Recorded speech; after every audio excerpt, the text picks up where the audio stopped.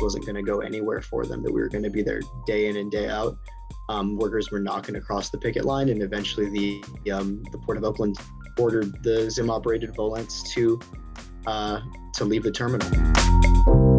The Electronic Intifada. The Electronic Intifada. The Electronic Intifada. This is the Electronic Intifada podcast. I'm Nora Barrows-Friedman. And I'm Aisha Winstanley. Welcome back to the Electronic Intifada podcast. For this episode, we wanted to focus on several direct actions that human rights advocates have been engaged in, especially since the attacks on Gaza in May. We're speaking with activists in the San Francisco Bay Area and Seattle about the Block the Boat actions, and in Chicago, where activists participated in a sit-in at the office of Congresswoman Jan Schakowsky. And we'll feature a couple of short video interviews with members of Palestine Action in the UK, who occupied the roof of an Israeli arms manufacturer. But first, let's go to the interview with Wassim, Hage and Aisha Mansour talking about Block the Boat. We go to the west coast of the US and Canada, where for weeks, activists and labor organizers have been working hand in hand with dock workers and longshoremen unions to prevent the docking or unloading of cargo from vessels owned by the Israeli Zim shipping line. In early June, hundreds of activists and dock workers responded to an international call to action and successfully prevented an Israel-owned vessel from unloading its cargo at the Port of Oakland here in California. Protesters had prevented the ship from docking at Oakland for more than 2 weeks after its scheduled arrival date. The vessel ostensibly attempted to avoid the picket line. Jewish Voice for Peace tweeted, quote, "By refusing to unload Israeli cargo, Oakland workers are throwing a wrench in the Israeli economy and putting pressure on Israeli apartheid. Each day the Zim ship can't unload, the largest Israeli shipping company loses millions of dollars." Similar actions have been taken up and down the West Coast, including in Seattle, Washington, and in British Columbia. In Seattle on June 17th, 10 protesters were arrested for attempting to block a Zim ship. Let's get right into it. Joining us to talk about the Block the Boat actions over the last few weeks is Wassim Hage of the Arab Resource and Organizing Center here in the Bay Area. AROC has been at the forefront of coordinating and organizing the direct actions. Also with us is Aisha Mansour of Falastiniyat up in Seattle. Thank you so much, Wassim and Aisha. Thanks for having me. Yeah, thanks for having us. So Aisha, I want to start with you. Seattle City Council members were in support of the Block the Boat protests, some of them at least, and had signed a statement of support. And at the protest itself, activists were attacked and arrested by cops. Can you talk about what happened? Yeah, so after about 5 days of the Zim San Diego occupying a berth space at Terminal 18 in the Port of Seattle, city council members, at least 3, and 2 representatives from Washington State as a whole, asked the mayor to send the Zim San Diego back. And I should say also 11 protesters were actually arrested, not 10. Thanks for that clarification. Yes. Talk about the protest itself. What happened when protesters were arrested, and kind of explain what happened at that protest. Yeah, so on June 17th, we organized our second community picket. This was after multiple folks had asked the Zim San Diego to leave, and out of protest, they decided to stay. Oh, I'm so sorry about that. And we, non-violently organized an action. There were 2 community picket lines, basically walking in a circle, and the police decided to escalate and attacked 11 protesters and violently arrested them. One person was arrested under a bicycle, and he's still facing, he's still going to the doctor and trying to get medical care for that. So unbelievable. And I mean, it kind of reminds me of the WTO protests, the Battle of Seattle, where people were protesting against, the flow of capital and these large corporations that run the country and imperialist designs on the rest of the world, and they were attacked and brutalized by cops. What were the protesters released from arrest? What's happened since then? Yeah, by the morning they were all released. No charges have been filed, and right now we're deciding whether we want to publicly put pressure on the city to drop those charges or not.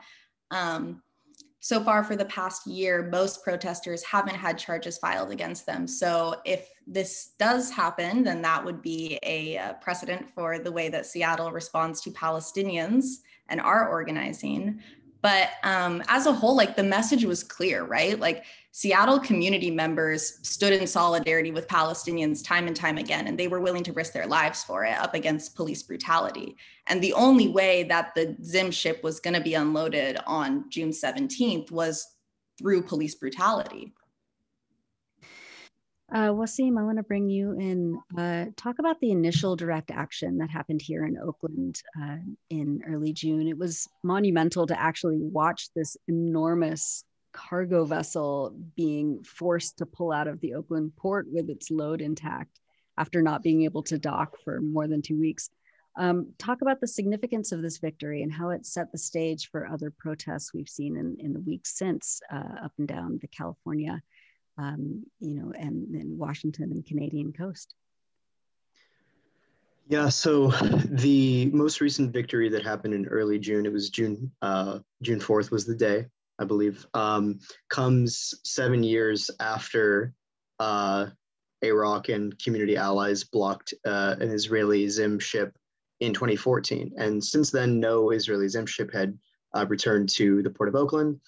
Until 2021, actually, when Zim had some restructuring internally. They were going through a lot of financial troubles, and they opened up a new e-commerce line, which was using commerce between the US and China through Alibaba and Amazon and a couple other digital commerce vendors to, for the first time since 2014, bring Zim back to Oakland, or attempt to bring Zim back to Oakland. We mobilized our communities, and a Zim-operated vessel called the Volence was originally scheduled to dock in Oakland in late May, went down to LA, which we suspect is because they understood what was waiting for them if they tried to dock, and then returned and was delayed following our announcement to mobilize for about 10 days out in the Bay, out in the Pacific Ocean.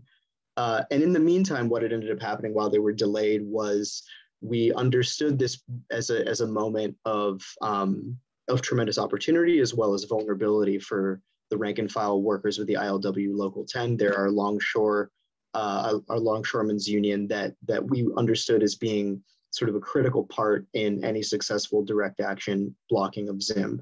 We wanted to give them international support.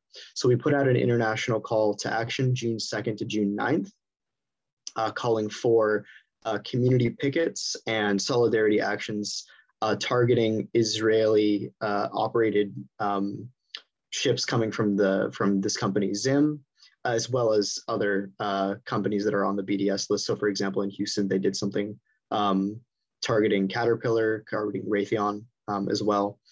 And we wanted to show the workers in the ILW Local 10 and port workers all around the West Coast that, hey, look, this is, if you're going to go and stand with us on this and not cross our picket line, you have the whole world behind us. You have organized labor from here to New York. We have organized labor from here all around the Bay, all the way in Greece, in Italy, in South Africa, most especially. It was a huge honor. We were endorsed by COSATU, which is the Congress of South African Trade Unions, which represents over 1.8 million workers in South Africa. And we understand, the blocking of Zim ships is being intimately tied to this history of internationalist solidarity against apartheid, against ethnic cleansing, where refusal to unload cargo ships was a huge part of the South African boycott campaign. We understand our BDS and pro-Palestine boycotts as following in that same internationalist tradition. So on June 4th, when the ship docked and We had a community picket. It was 6 gates that we had to block. No worker crossed the picket line, no trucker crossed the picket line. Rank and file members of the ILWU were standing by and did not cross, and the ship was not worked in a morning shift. And in the afternoon shift, they finally relented. They understood that this wasn't going to go anywhere for them, that we were going to be there day in and day out. Workers were not going to cross the picket line, and eventually the Port of Oakland ordered the Zim-operated volants to leave the terminal. And it was just super beautiful moment. I was doing some social media stuff the day of, and my friend next to me like screamed, and I was like, what? And I turned, and the ship was like swiveling around. So we like climbed on top of a truck to get the video. And it was super cool to get to see it go like with our own eyes. Yeah. Right. And we don't want to forget the ports in Houston and on the East Coast, New York and New Jersey ports. I believe also Philadelphia were involved. Yeah, Aisha, can you talk a little bit about how the significance of this very internationalist direct action that has actual material effects on Israeli apartheid and that flow of capital, to sustain, that the apartheid state. Talk about, how it was, what it was like being a part of this international direct action. Yeah, it's been beautiful to see in Seattle. So, as we know, Zim is a publicly owned Israeli company, and they were instrumental in bringing settlers to Palestine and actually establishing the state of Israel.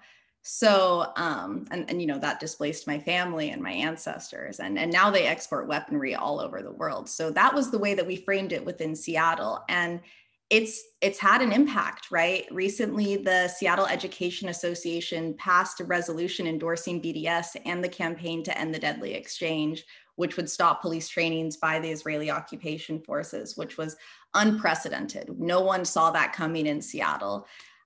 We also had, multiple city council members now willing to talk about BDS and showing up at our protest. And Falastiniyat organized a rally before Block the Boat, and it was the largest pro-Palestinian rally that Seattle has ever seen. So the tide is definitely changing up here. And I think so much of that has to do with BDS as a whole, but Block the Boat more specifically.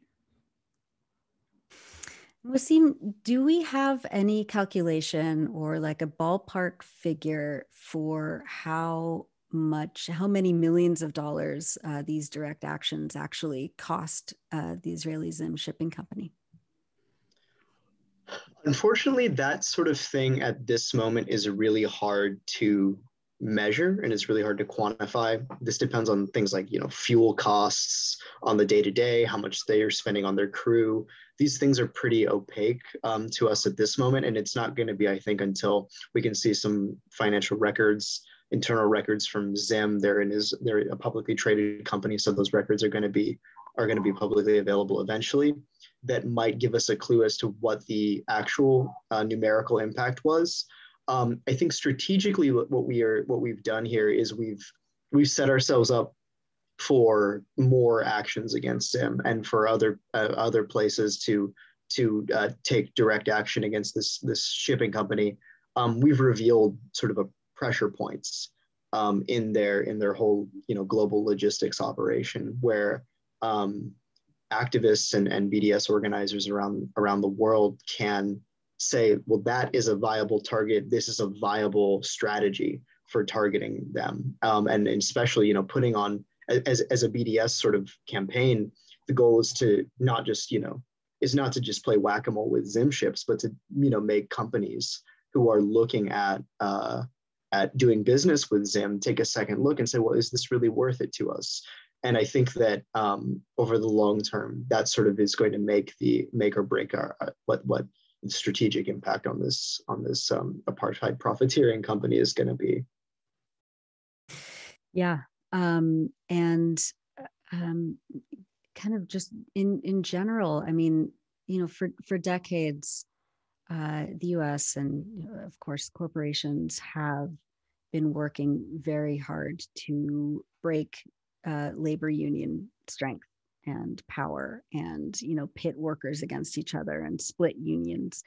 The ILWU seems like it's kind of one of the last, real solidarity focused unions, where workers, one member of the ILWU somewhere is in solidarity with other dock workers, not just locally but nationally and then internationally. Can you talk a little bit about how important it is to do these, like, just the work of organizing workers and activists, and how you see that going forward? I think that one thing that I think on the left we sort of we underestimate is the sort of the embeddedness of organized labor within a community, and the relationships, therefore, that community organizations have with organized labor. I think one thing that's really critical to keep in mind here is that we're not only understanding labor as a strategic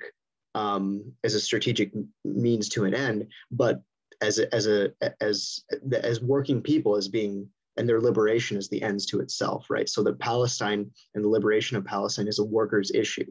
And it's a working class people that is oppressed by a bourgeois capitalist state. And that's something we have to keep in mind, as well as that these workers and the people that we're calling on to take these tremendous risks need support, and they need defense, and their movements and their livelihood is dependent on the communities that they're embedded in defending them at all costs, helping them build power, helping them execute power. There is currently a lot of legislation that, for all the things we can criticize Biden for and his administration, which there are, myriad. There's some pretty good, yeah. I mean, especially on Palestine, right? Yeah. But there's a pretty good labor package, the PRO Act, and all of its associated legislation that's going to do a lot, I think, to provide some cover for labor organizers, especially those who are sitting in like these extremely, right-wing, authoritarian, Republican-run states where it's basically like a one-party system, and organized labor is under constant attack, constantly weakened in their bargaining power and their ability to organize. I do want to ask you a little bit about Falastiniyat and its role in local organizing in Seattle, and how people are coming together in cities like Seattle or in Oakland, and working with working class communities, and how are people able to center Palestine right now? Yeah, well, Falastiniyat has been around a lot longer than I think that we say it has. We were formally created about a year ago after our Day of Rage protest. And we're a grassroots feminist collective. We were born simultaneously with the Palestinian Feminist Collective, but Seattle, we've been mostly focused on the End the Deadly Exchange campaign, and we've been involved with ILPS. So we have a really strong feminist and anti-imperialist analysis, and we're centering workers in that, and we're centering women in that, and queer people in that. So most of our work so far has been around Block the Boat and the Deadly Exchange, BDS on campuses. We've been tapped into Seattle University and Western Washington University and the University of Washington. But recently we've grown quite a bit, and so we'll see what comes in the next year or so. But for right now, we're pretty at capacity. Yeah, that's a lot that you've taken under. Finally, Wassim, what's the next step? After the Zim whack-a-mole, what's the next step in terms of organizing and really trying? In 2014, as you said, Zim was not allowed to dock. They could not dock at Oakland, and they tried again. Does this mean that hopefully they will stop trying altogether? What's the next step here?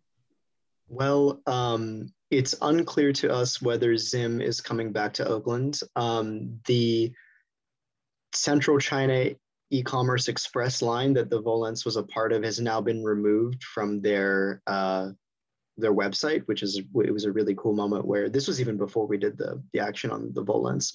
It's unclear if they're doing that as a way to prevent us from tracking their ships, or if it's an admission of defeat where they're not going to be returning to Oakland. In terms of next steps for us, I think it really comes down to assessing strategic wins where we can improve, and making relationships with organizations like Falastiniyat, places, people like Within Our Lifetime in New York, Palestine Youth Movement, USPCN, all around the country, and sort of developing people's skills and organizing with labor, getting relationships with organized labor, building that solidarity, building this shared struggle, this shared mutual defense up, and then we'll see what we can do. And if people want to get in touch with AROC and join up with some of your actions, how can they do that?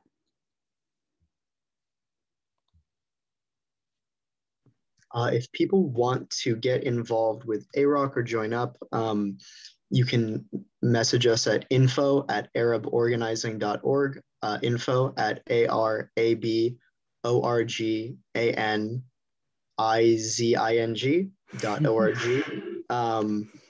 And you can find us on Twitter as well, at twitter.com/AROC Bay Area, all one word, AROC Bay Area. And we are on Instagram also, with the same tag. It's AROC_Bay Area on Instagram. Yeah. And Aisha, how can people get in touch and link up with Falastiniyat? DM us on Twitter or on Instagram. We'll respond. So especially if you're in the Seattle area, we would love to work with you. Wonderful. And what's your handle once again? Falastiniyat, one word. Wonderful.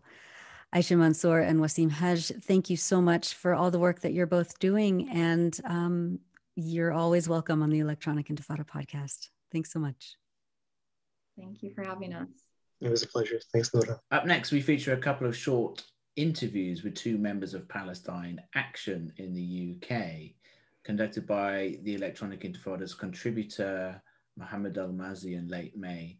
Now, Palestine Action is a relatively new group which has been working to take direct action, to go beyond demonstrations, or to provide a different role from demonstrations and campaigning, a different form of campaigning, direct action. So their usual strategy is to target Israeli arms manufacturers who are in the UK by shutting down their factories in various ways, by occupying their rooftops, spraying red paint on them to represent the blood of Palestinians. And they've been targeting, most of all, Elbit, the major Israeli arms manufacturer. It's Israel's largest private arms manufacturer, which has, I believe it's 10 different sites, factories and offices in the UK. And so they've been, especially since the Israeli assault on the Gaza Strip in May, they've been really stepping up their campaigns, and they've been having lots of people join them, and more people have been joining them. And local people have been supporting them, demonstrating outside the factories in support of the activists on the rooftops and things like that. So they've been causing a lot of waves. A lot of good trouble. Yeah. Let's go to those interviews conducted by Mohammed Al-Mazi. My name is Farhat Ulusu, and I was in Leicester last week in order to take over the roof of one of UAV tactical manufacturer army drone company in Leicester. That's where I was last week. And why did you do that? Mainly because of the conflict right now between Israel and Gaza. Watching it on a daily basis on the news and the newspaper just made me really alarmed and concerned about what's going on, and just give me a nudge about doing something about it instead of just being a bystander. And you lasted 6 days? I was there 6 days on top of the roof, We came down on Tuesday, correct. And how did you come down? Well, the UK removal team just took us down. There's the protest removal team? Protest removal team, that's right. The protest removal team just took us all down, both of us down, and then we were put into custody in Leicester police station, Euston Street police station. And I understand that as the police were trying to remove you, there were lots of supporters outside trying to stop them. Could you just discuss that? All I can see was just a crowd in front of the gate trying to block the entrance. The police were reassuring me that nothing's going to happen to me. They were thinking that the crowd will probably hijack or kidnap me. But I was more worried about their safety than mine, to be honest. I knew I was safe. But we stood for at least four hours by the gate. We couldn't leave the location because of the resistance of the crowd, which was, to me, just an act of love and celebration rather than a protest. I'm Richard Barnard, co-founder of Palestine Action. Today I was in court for trumped up fictitious charges of blackmail. Apparently, according to the British police and state, it was a blackmail against LaSalle Investment Management, who are a property management company who own premises and rent them. They're the landlords of Elbit Systems, the evil Israeli arms manufacturer that, as we've seen in this past week, has been occupied twice by Palestine Action. These charges are completely fictitious. I got the papers today.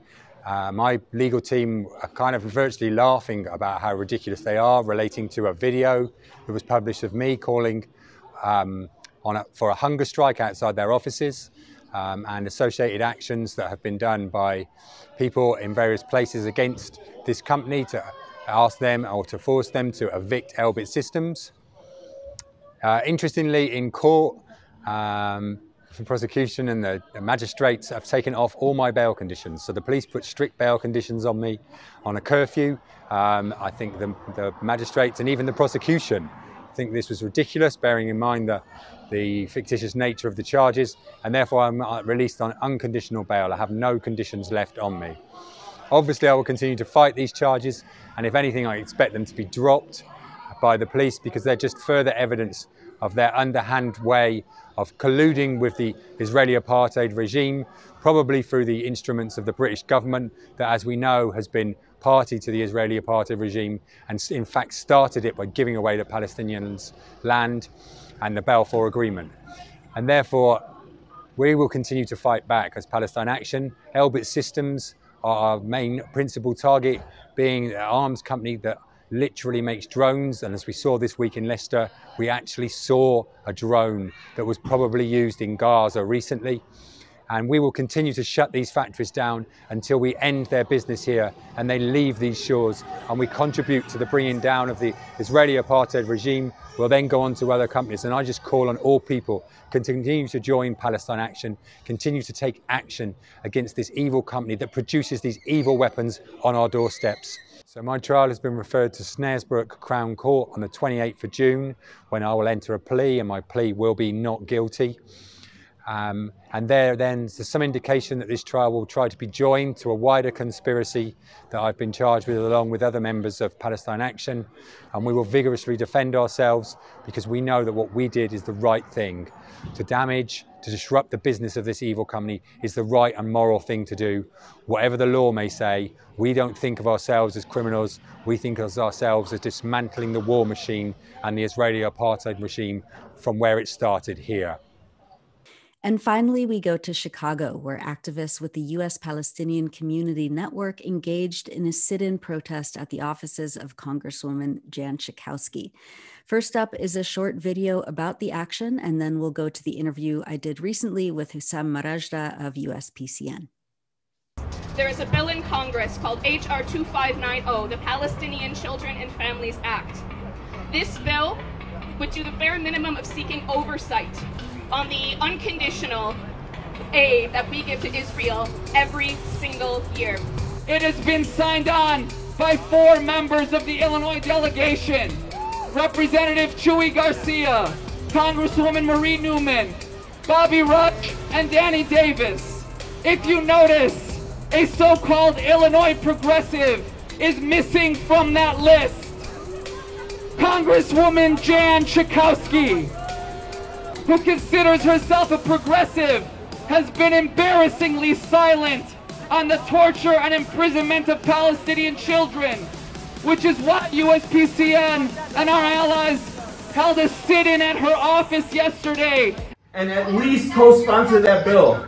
On one bill and ignored all the work that I have done to condemn the nation of Israel and the things that it has done. What else is there, Congresswoman? There hasn't been any legislation.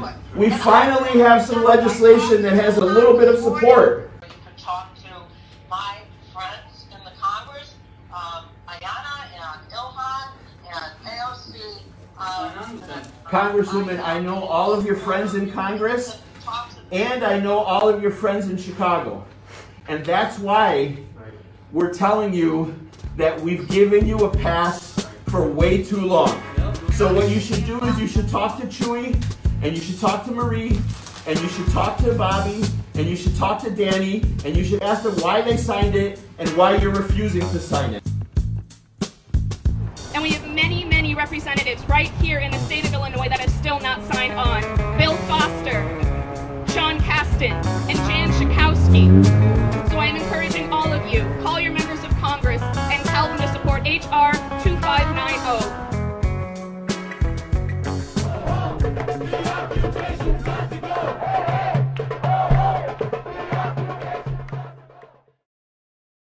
And I'm joined today by Hussam Marajda. He's with the U.S. Palestinian Community Network in Chicago. Hussam, thank you so much for joining us.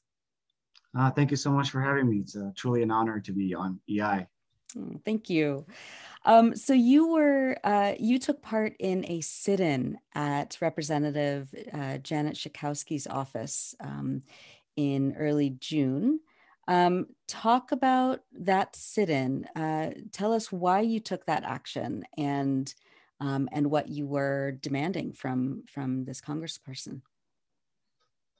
Yeah, so U.S. Palestinian Community Network or USPCN, we led a sit-in at Jan Schakowsky's office. She's a U.S. rep for I think about 3 decades now. There's about 20 to 25 of us, mostly Arabs, but we've had allies from the Black Liberation Movement, from the Immigrant Rights Movement. We had student groups and like Freedom Road Socialist Organization. So we had some allies with us as well. We went in, we went inside. Actually, they were remote until this week. So this is the first week they're back in the office. And we went inside and we sat on the floor and we demanded to speak to the Congresswoman. And we were told that, she's in a committee meeting. We knew she was in DC. So, but we were told that she's in a committee meeting and she cannot speak. So we said, okay, we'll wait. We'll wait until she's available. And we started chanting. And to our surprise, in 5 minutes, less than 5 minutes, they got her on the phone. So, I thought we were like, we thought you said she's not available, but she's on the phone in 5 minutes. So Hatim Abudaya, who is the national chair of USPCN and a member of USPCN in Chicago, spoke to her on the phone and explained to her why we're here. And we were demanding that she supports and signs on to HR 2590, the Palestinian Children and Families Act, which will condition aid to Israel as long as they're imprisoning and torturing children and annexing, Palestinian land. She refused to commit at all. So she was instead just, talking about how she previously criticized the state of Israel, how she boycotted, Netanyahu. And so we said, these are symbolic stances and you have not taken any real tangible stances. And there are 5 members of the Illinois delegation who have signed on to this bill. And so you claim to be a progressive. Why aren't you signing on? So that was our demand for her to sign on to it. That's great. And of course, the bill you're talking about is co-authored by Betty McCollum of Minnesota. Right. And you know, it's interesting because Betty McCollum isn't necessarily one of the most progressive, you know, members of Congress. She's definitely, you know, taken this pretty, you know, this good and correct stance on Israeli crimes against Palestinians. But these other members of Congress who, you know, who say that they're progressive, but then completely ignore Palestine. You know, how does USPCN and other activists in the coalition, you know, why is it so important to pressure members of Congress like Schakowsky, you know, to take a stand where they haven't before?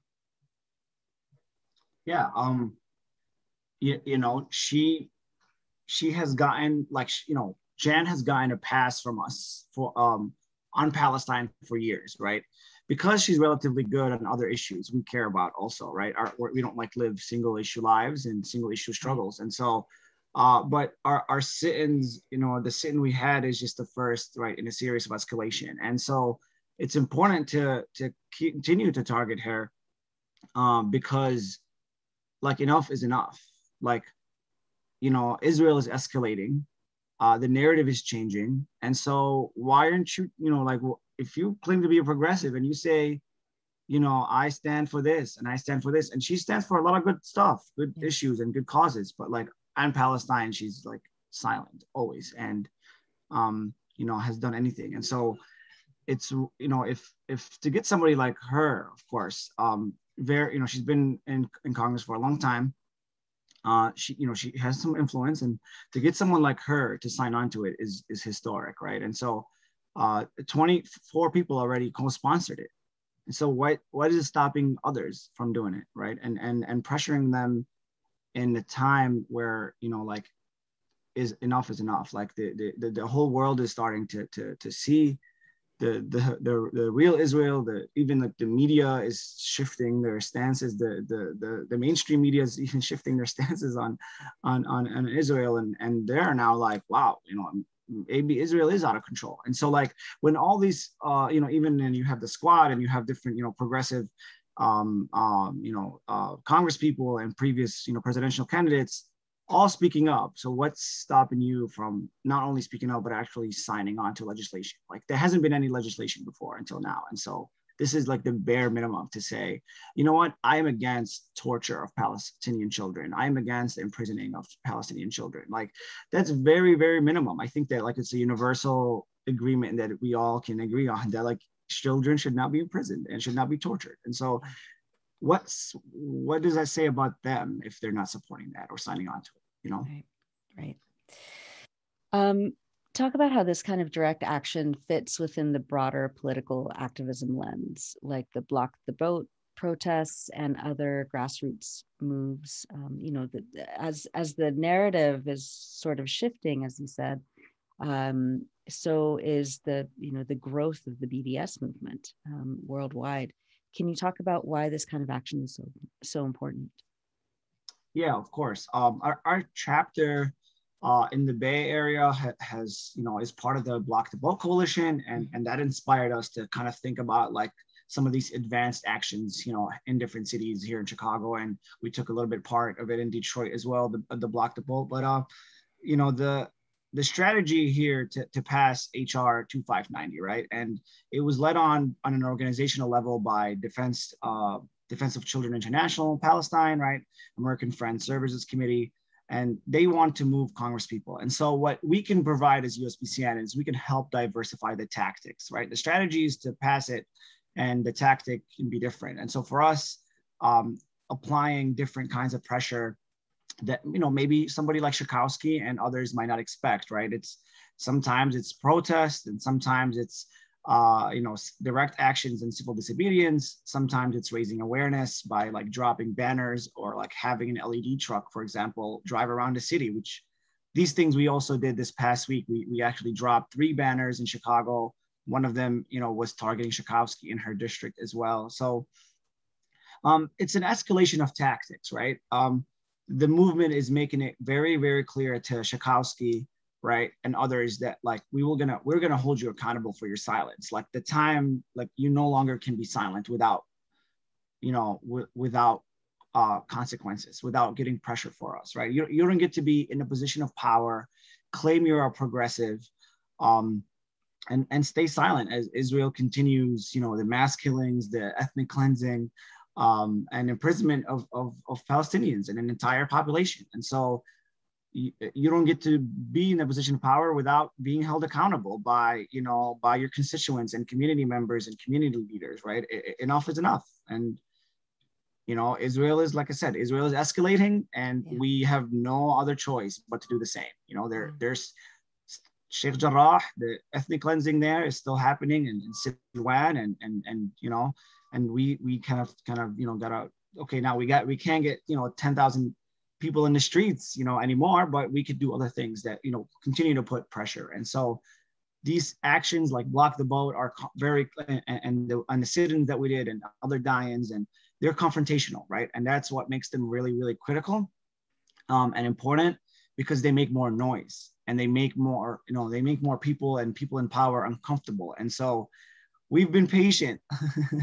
And we were, and we've seen that, being patient with Schakowsky and giving her the benefit of the doubt doesn't work majority of the time. And so, sometimes these actions will stop, the business as usual. And so us being patient is not going to work. We're going to go doing something else that put more pressure on you. And so what's beautiful about BDS, Block the Boat, and is that they directly, like BDS in general, and Block the Boat in particular, is they directly hurt the pockets of those who are profiting from the occupation, right? It hits them where it hurts most. And similarly, having a sit-in at a representative's office, for example, also says no business as usual. It interrupts the daily work of the politicians, of their staff, and forces them to speak to you, forces them to hear you, and to make them aware that, hey, we are here, we're not going away. You know what I mean? And I don't know if you've seen the video, and I encourage everyone to go and see it. It's on USPCN's Facebook page, the live video. And there was at some point where we're chanting, and her staff was complaining that she couldn't answer the phone and she couldn't hear the phone. And then one of our members, Mohammed, said, there's no business as usual. You don't get to just like complain about your phone calls when there's people being tortured and people being killed as we speak. So that was a really powerful moment that we had there. Yeah, and we'll link to the full video. We're showing excerpts now, but we'll link to the full video on the podcast post that accompanies this. Finally, Hussam, how can activists in Chicago and around the US join in these kinds of actions? And what advice do you have for other activist groups who want to challenge their representative stance on Palestinian rights? Yeah, I think it's always a good time to join a Palestinian and Arab organization like USPCN, right? And if you're not Arab, you could become a friend of USPCN. We have that option, right? We have active chapters in 8 major states and members and 24 others, right?